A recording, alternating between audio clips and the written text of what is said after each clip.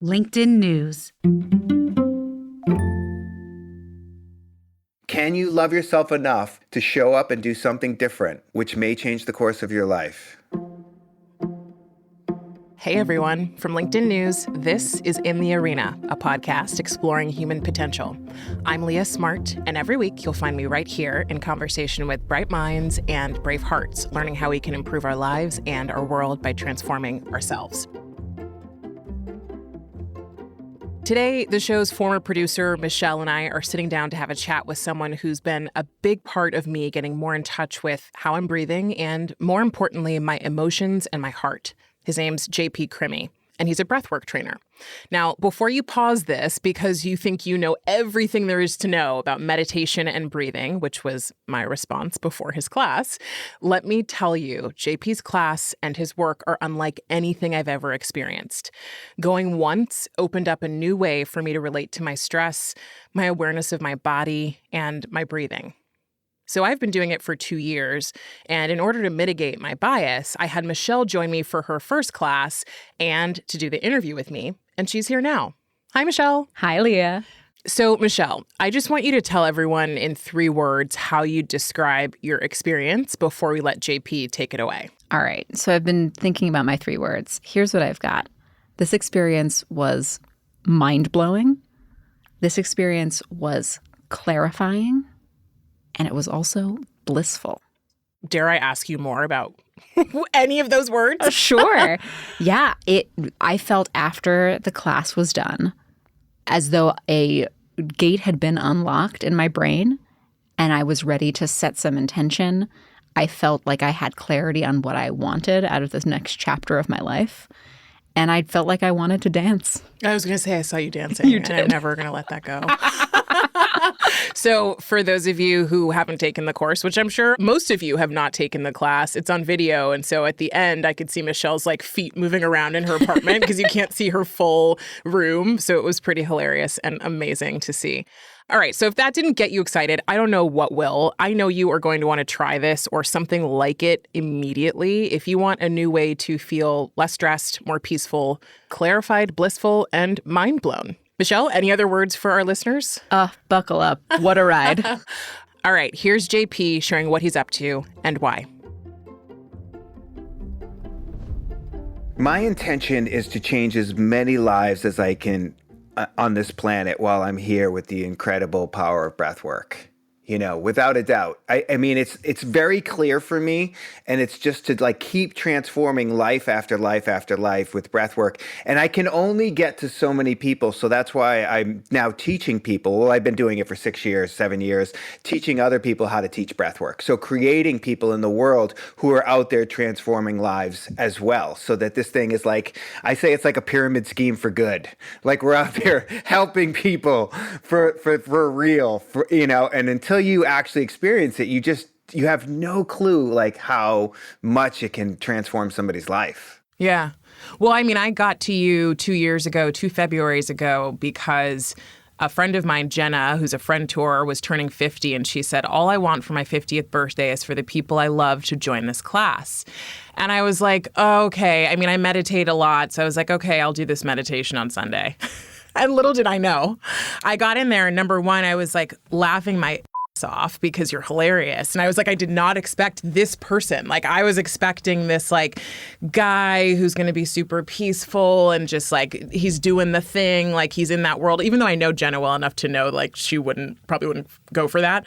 But all of a sudden it's this hour-long class with 30 minutes of, it's kind of active relaxation or active, in some ways it's active rest. It's more like a workout, to be honest. Yeah, People have this misconception that they come and they think breathing, they hear breathing, breath work, and they think it's going to be this relaxing meditation. And it's more like a workout, which is actually why it worked so well for me, because I was a celebrity trainer at the time, personal trainer, when I found breath work, and I was like, oh, this is like a workout. I can do this. I can't sit and meditate if my life depended on it, but I can lay down and work out my diaphragm and my breath.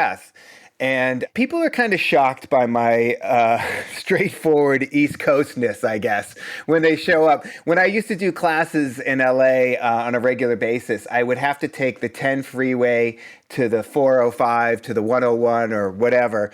And by the time I got there, and I'd be fighting over a parking space, and I'd be like, all right, sit your ass down. I just took all the worst freeways in the world to get here. And then I almost just choked somebody out over a parking space. But if you can sit your ass down, I'm going to put gratitude and love in your heart. And people were like shocked. They're like, what is with this guy? And because I'm not the guy who walks in the room and is like, hey, everybody, I know we're going through a hard time. Mercury's in retrograde right now. And I'm like, whose voice is that person using? I'm from the East Coast. There's no Mercury in retrograde in Boston. Your life's a mess because you made it that way. Like, get your shit together. But, I've just learned to be comfortable with who I am and realize that the right people are going to be attracted to me. The right people are going to find me. If I can authentically be myself and not give a shit what other people think about me, then my people are going to find me, because you can't be true to yourself. You can't be really honest and authentic to who you really are and want everybody to like you at the same time. You have to decide. You can't have both. You just can't, Well, and I mean, I think like Michele, I didn't really tell her what to expect. I just was like, this is going to be an amazing experience. And then I hope to God that it actually would be for her. I was like, I hope she's open. I hope she's down. I hope she goes all in. That's sort of what I loved about it, is the surprise and shock that you get when you join the Zoom. This is a virtual class. I know you're doing some live in person now, but I joined virtually the first time. And for the first, 2 years, you get on the Zoom and you're like, wait, this guy and this class is totally different than I thought it was going to be. And on your first time, you're like, I'm ready to go, because I'm shocked, I'm surprised, and I'm kind of open because of that. Like, Michele, what was that like for you? So funnily enough, yes, Leah didn't really prepare me for what exactly it was. And also the day before I took the class, I have a monthly career check-in with one of my good friends from an old job. And she had said that she just did a breathwork class and she ended on the floor sobbing. So I was like, okay, I'm about to have an emotional experience. All right. And I was prepared for something emotional. What I wasn't prepared for was A, how emotional, B, how physical, and also how amazing your playlist was. I was expecting, like Leah said, like soothing flutes and sounds of the forest. And instead I was like, oh, it's 70s classic rock. All right. And so it just like immediately put me in a different headspace where I was like, I don't know what to expect. And I think that left me more open for what the experience was. Well, and so JP, you say that you don't come for the breath work, you come for how you feel after. Michele, what was it like for you after? Oh man, it was unlike anything I've ever experienced. I did sob on the floor. I did feel emotional catharsis, but then afterwards I felt a lightness and an intentionality, and like I think, Leah, you called me right afterwards and you were like, how did it go? And I was like, I just need to go journal. I need to like get into myself and get into my intentionality and feel like really figure out what the heck I want. And it just brought myself up in a way that I did not anticipate. There are so many amazing discoveries to be mined through the breath work, and it works on so many things. And journaling is probably the best thing. I always say it after class, like journaling is the best thing to do afterwards. When you put pen to paper, magic happens anyways, but you're wide open from the breath work. We tend to walk around a little bit guarded with our hearts not completely closed. It depends on the person, but we're living in a tough world today, and there's a lot of stuff coming at us that can be difficult. And what the breath work does is it turns off your brain and it moves you into your heart. And your heart is wide open. And that's where all the real answers are for you. They're right there in your heart. If you're willing to go there, I'm getting emotional because it's such a beautiful thing to just be a part of people's transformations. I'm so grateful I get to do what I do. And the thing is, I say this all the time, like the experience, I say the same stuff, at the beginning of the class to prepare new people properly, right? So it's the same spiel every time. Leah came for 2 years. I'm sure she was like, "Oh my God, I can't hear this joke again for the 4,000th." I still laugh. Thank you. I do. But it's just to prepare the new people properly. But the great thing is your experience from breathwork is going to be different every time, which Leah could speak to because you did it. Like you went in, you dove in, and you did it consistently for a long time. And when you do that, that's how you create real change. Like you can have a huge shift from your first class and have a massive like transformation, just like, oh my God, I had an awareness that I'm not really loving myself, or this happened or that. A huge awareness or transformation can come up in your first class, like it did for me, like it does for a lot of people. But if you continue to show up and do the work, that's how you really grow and change and use it as a tool to transform your life, which is what I've done. And I think you probably have too, right? Oh, yeah. I mean, the first time I did it, like I said, just like Michelle, didn't really know what to expect, didn't even know about the crying. So you had a little bit of a primer. I bawled my eyes out. And, when I first went into coaching certification, one of the certifiers said to me, as we were all doing coaching, everybody would end up crying at some point. And when I cried, I would always wipe my tears. People would run and grab Kleenex, run to you and be like, okay, right? Everyone's trying to like blot out the tears, like make her feel better, make her feel better. And one of the coaches said to me, tears water the soul. And I was like, I never thought about that. I'd never considered that crying was actually something that could release emotion for me or for any of us. And so I bawled my eyes out that first time.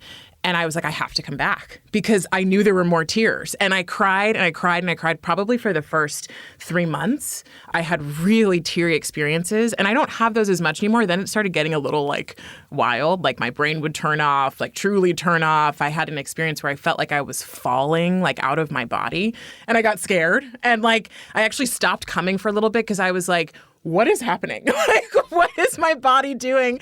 But the first 3 months, were just an emotional transformation because I was releasing, I don't even know what the emotion was, but I was releasing so much of it. It was almost addictive because I would leave and go, I'm a different person when I leave and all I want to do is love. Yeah. I mean, that's the best place to be. I want to live in that place. And so tears, I say this in my class a lot, tears are really good for us. It releases chemicals in our body that strengthen the immune system. It completes the stress cycle. And a lot of us didn't get that permission to cry growing up, so we have to give it to ourselves. But something you said stuck with me. You said, someone would bring a tissue or whatever.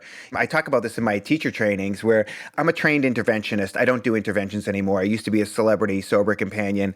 And I was in an intervention and someone was crying and someone else in the family brought over, the tissues for them. And the interventionist goes, sit down, that tissue's for you.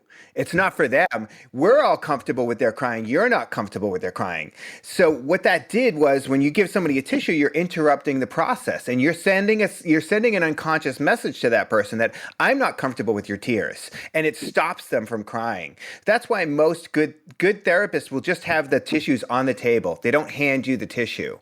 So what you probably got was an unconscious message of like, I'm not comfortable with your crying. And that's why you were able to just like get comfortable with it and release so much of that emotion that had been stored up. And this is really common for a lot of people. We store up that emotion, or we're like, go to your room. It's fine if you want to cry, but go to your room because I don't want to see it.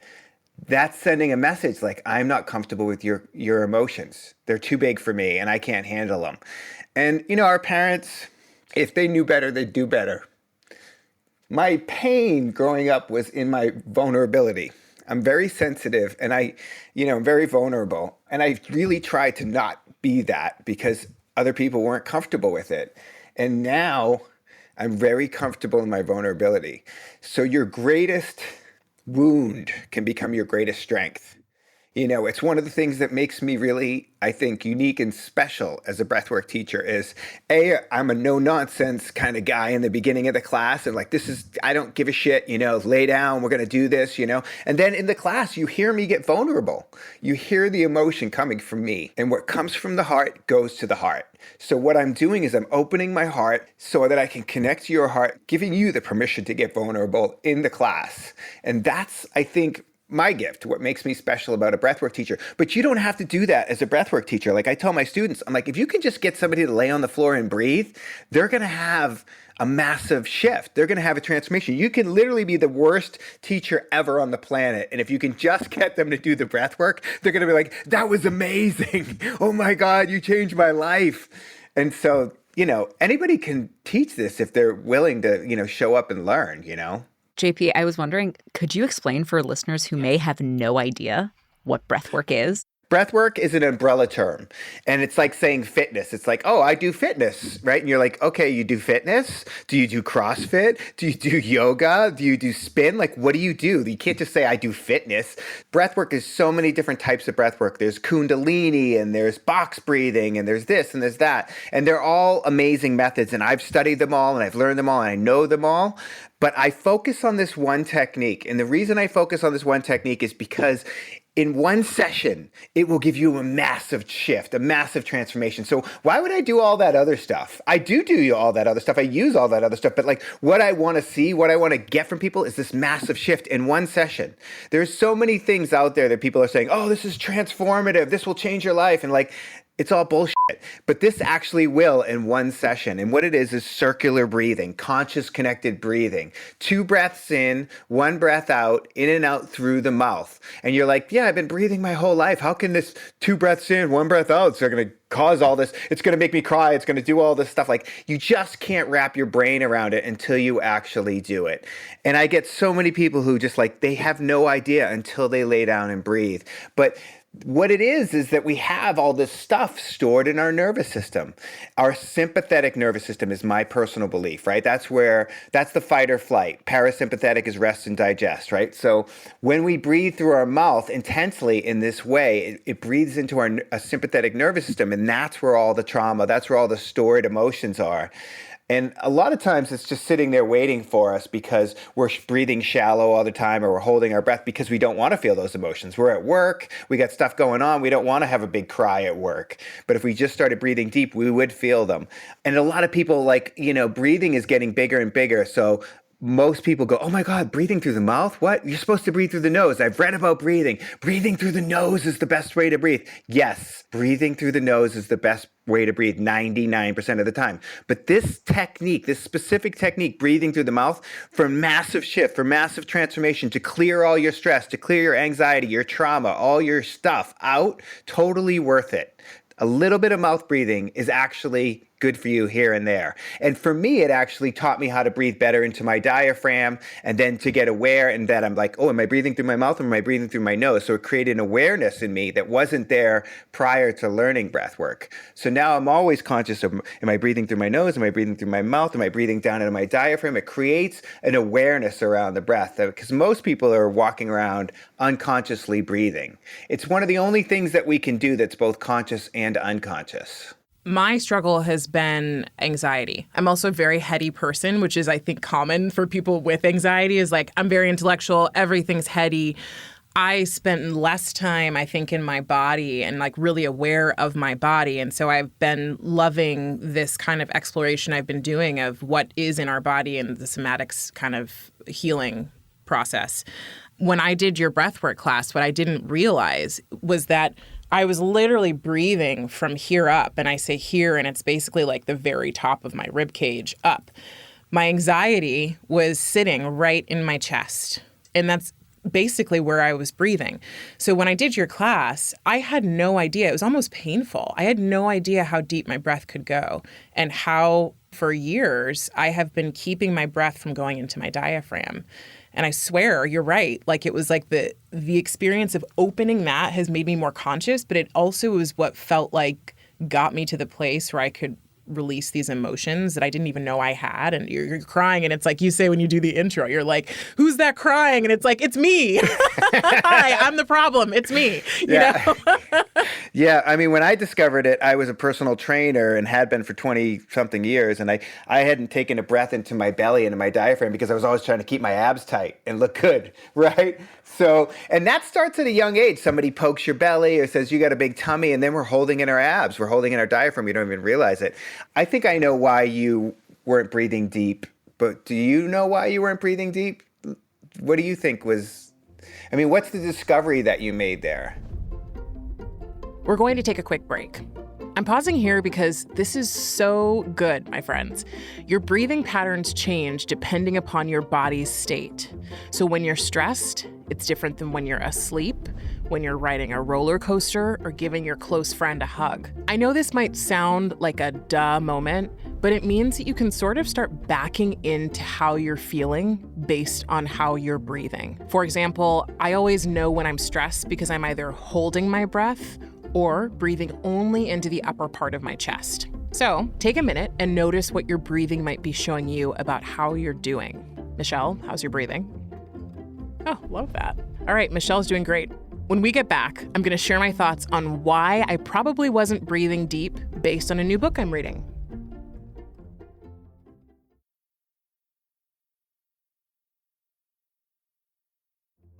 And we're back with JP Crimi talking about what I'm learning about alarm in the body.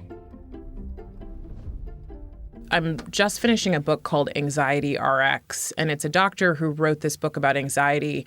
And the idea is that we try to combat anxiety with more cognitive functioning. So not that that's a bad thing, but like talk therapy is the way that a lot of people work through anxiety. But what this doctor talks about is the fact that there is a real, very real alarm system, right, in your body and is triggered. And then your thoughts are in a circular way, basically feeding the alarm system. That alarm comes from very early childhood experiences. And my assessment of this is like, whatever trauma I experienced, I didn't want to relive. Yeah. And you created a strategy that was going to work for you after that. And the strategy was, if I don't, breathe down into my belly, I won't have these emotions. And then I won't make other people uncomfortable or whatever it is, however that strategy plays out. And that's what we do. We create these strategies from our childhood, and then they work in our childhood, maybe. And then later when we become adults, they stop working, right? Because we get anxiety and it gets worse and worse. It kind of builds up. And yeah, you're just so sick of yourself. You're so sick of the experience of anxiety or whatever it is you're going through. Yeah. Yeah, you don't have a time machine. Like stay out of your time machine about what the future is what's going to happen in the future. And if the anxiety, I say this in my class too, you have a breathing pattern when you're experiencing anxiety, right? You have a breathing pattern when you're experiencing depression or anger or any of those emotions, right? And if you can look at that breathing pattern, if you can go, oh, I'm feeling anxiety or I'm feeling depression, how am I breathing right now? And if you can shift your breathing pattern into a different type of breathing pattern, you can actually start to shift out of the emotion. And if you can shift the emotion, you can start to change your life. So change your breath, change your emotion, change your life is what I say all the time. And so if we can just start to recognize when we're feeling these things and have a strategy. My daughter is 9 and they have this incredible thing. They have a Breathe Barbie now. And the Breathe Barbie has all these like guided meditations and it's like teaches you breathing. Yeah. And I got it for her and we were doing it together. And I tried to teach her, but the Barbie did a better job than me because, I'm her dad. She's going to listen to the Barbie, but we did it together. And it's so incredible. Like one of the tricks I use for kids is I tell people to tell their kids when they're having a meltdown or when they're upset or they're having whatever, some kind of panic attack, is to think about a chocolate cake and smelling the chocolate cake and then blowing out all the candles on the chocolate cake. And what that is that's just a simple technique of we inhale through our nose and then we exhale through our mouth and we do a long exhale and that puts us in a parasympathetic and it starts to calm us down. So if we can start to learn some of these breathing techniques when we're children, it could change the course of our lives. The main technique that I teach, this transformational breath work, this circular breath work, isn't something that I recommend for kids. People always ask me, can my 8-year-old do it? I'm like, no, I think it's kind of like 14 and up. I don't know why. I just feel like it's not meant for, anyone under a teenager. Well, and JP, actually, just because we're talking about this, if someone's listening right now, would you say like, sure, go lay down and try this out? Or would you say do it with someone first, like a guided class like yours? It's a great question. First of all, I would say don't do it if you're driving and listening, right? Never do this while you're driving. Never do it in a bath or on a float on a pool. Like never do it near water. Those are the main safety concerns there. You can come to my class. I always think the first time is best with somebody, like guided, and then you can go off on your own and do it on your own. Like if you hate my music, if you hate my playlist, like go make your own playlist and do it on your own. When I found breathwork, I actually hated it. I didn't hate the breathwork. I loved the experience that it brought me, but I didn't like the music in the class. I didn't like the teacher, their style. I didn't like any of it. And I was just like, oh, but so I was doing it mostly on my own in the beginning. And then I had a realization, like, I like going into class. I want to be in the community, and the motivation of other people around is amazing. But what am I not liking here? And I was like, oh, I don't like the music. I don't like the teacher's style. And I thought, if somebody taught this in a way that wasn't woo-woo and wasn't new agey, that came in and was like real and funny and edgy, and they played cool ass music, then they would have hundreds of people in the room, right? And I was right, because that's what I did and that's what happened. And then I added some pieces to it that made it even more powerful, like the scream at the end. When in life do you scream? You never get to scream in life. We never let that out. And that's really good, because there's this energy that builds up in the system in your body, and then the scream kind of helps release it at the end. And so for some people, the scream is their favorite part of the class. And then I do these moments at the end of the class where I'm pulling moments after the breath work, moments of gratitude, moments of love, all these beautiful moments in your life. And the reason I did that is because I didn't want people to walk away being like, oh my God, what was that? I had this crazy experience, or this crazy trauma came up for me, or this thing came up for me. I wanted people to walk away filled with gratitude and love, and the realizations that that's all that really matters in our life. Like these moments that we pull into our heart, the moments of love, the moments of gratitude. Like we get so caught up in the work and the things and all the stuff that we get distracted from what really is important in our life. And that's what the breathwork always brings me back to. I actually did an incredible session with a student of mine the other day. He's in London in the UK, and he was doing a session online, and I did it with a student, which was amazing, like full circle. And he doesn't do the moments. He does this like visualization at the end. And it's just like, oh my God, it always just comes back to what really matters to me. And I get so caught up in like, oh, I gotta help more people, and I gotta be bigger, and I gotta do this and all this stuff. And it's just like, oh no, I don't need to do that. Let me just go hug my children. Let me just go hug my wife and tell the people in my life how important they are to me, what they mean to me. And everything else is gonna be fine. It's all gonna work itself out. So it really just resets my compass, my personal compass on where I need to focus my energy and what's important in my life. And it does it every time. I've been doing it for over a decade. It still works. It's still incredible. It's changed quite a bit over the decade, but it's an amazing tool. And until I find something better, I'm going to keep doing it, and I'm going to keep teaching it, because I'm always searching, but I've never found anything more powerful. I've never found anything better that works as good as this thing. And people will come and do it for a while like you did, and then they'll go away for a while, and then they'll come back when a relationship doesn't work out, or when a big life event happens, or they lose someone close to them. And I'm like, I understand. Those are the cycles of life. I'm here, or the breath work is always there for you when you need it. Well, and I what I love about you, JP, is how authentic you are, and also like your moments of vulnerability are what open the hearts of the people on the call. So like I feel permission, to be really vulnerable and to cry and to be in this community where all of a sudden you're with these people on this call that you don't know, that are all over the world, that are supporting each other.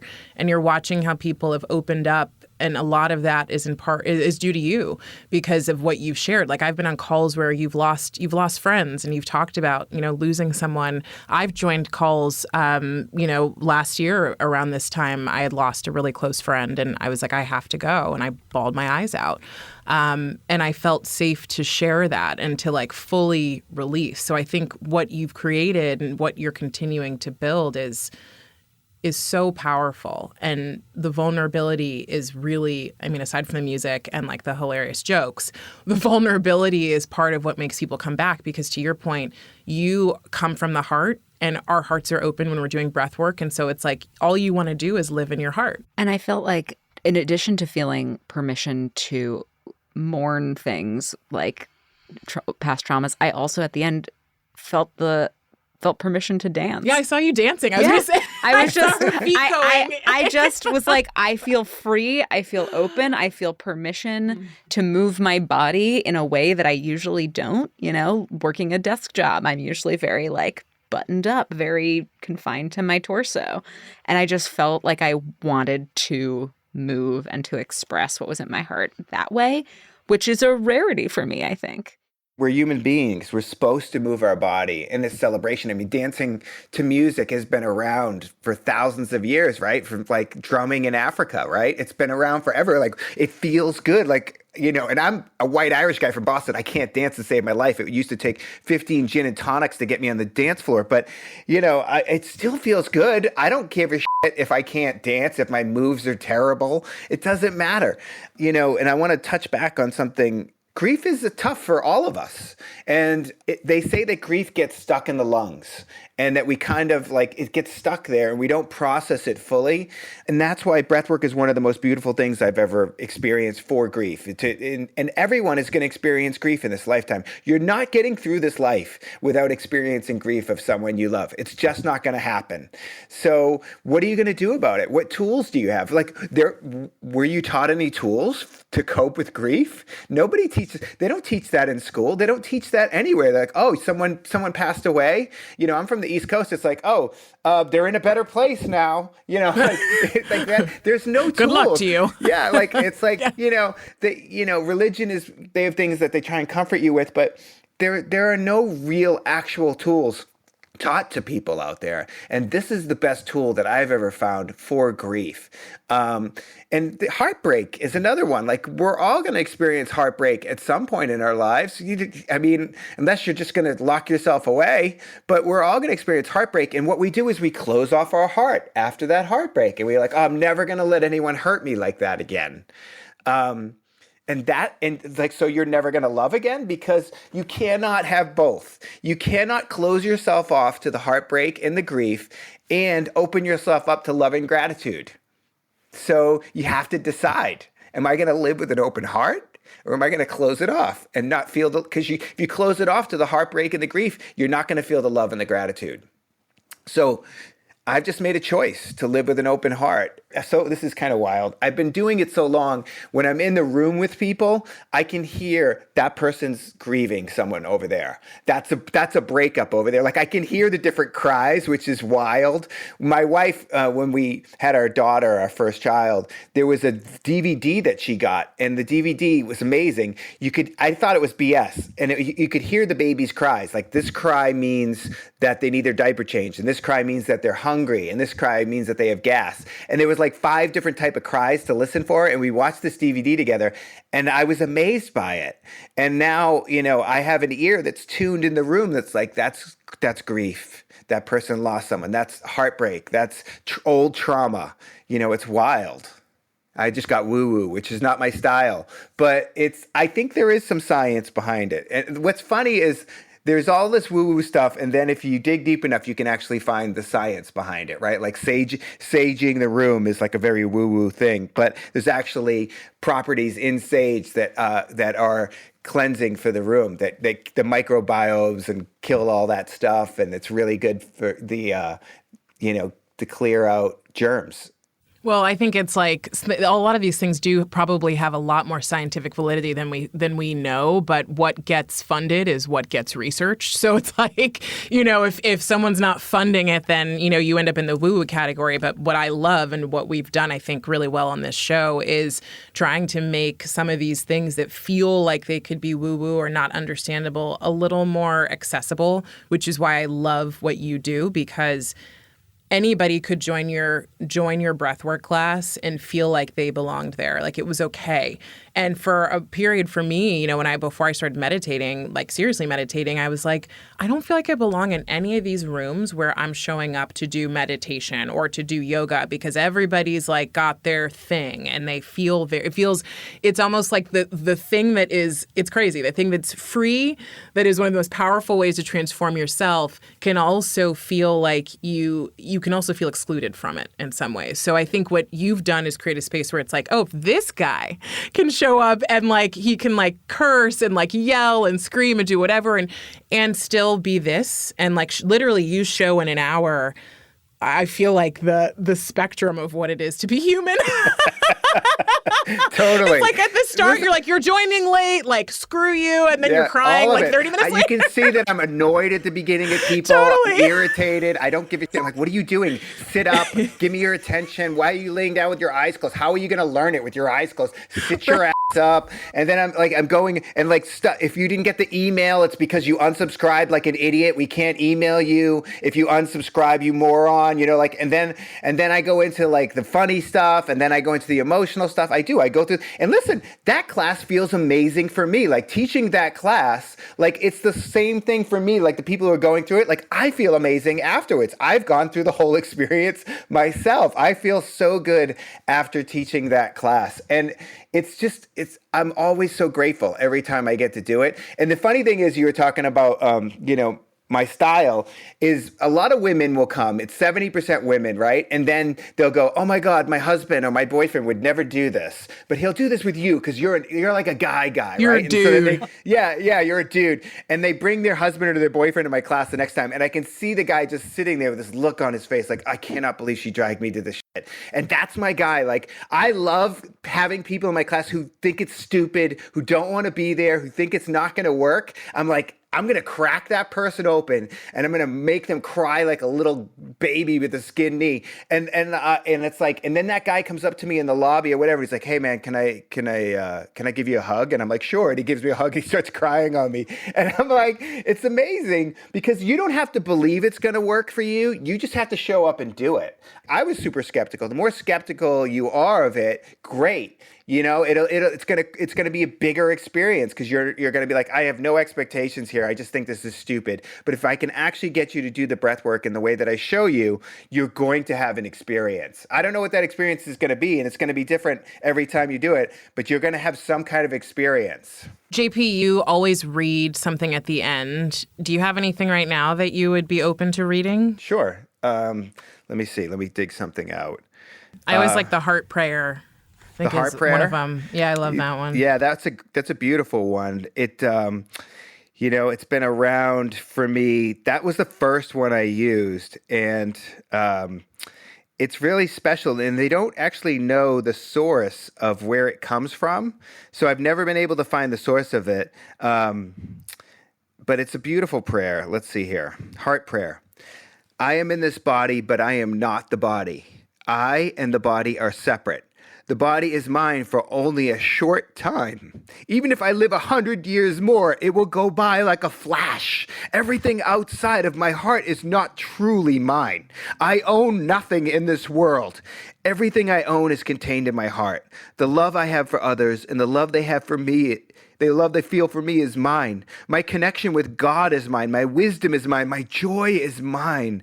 I breathe into my heart and breathe out from my heart. May I not waste another moment withholding love for myself or for anyone else.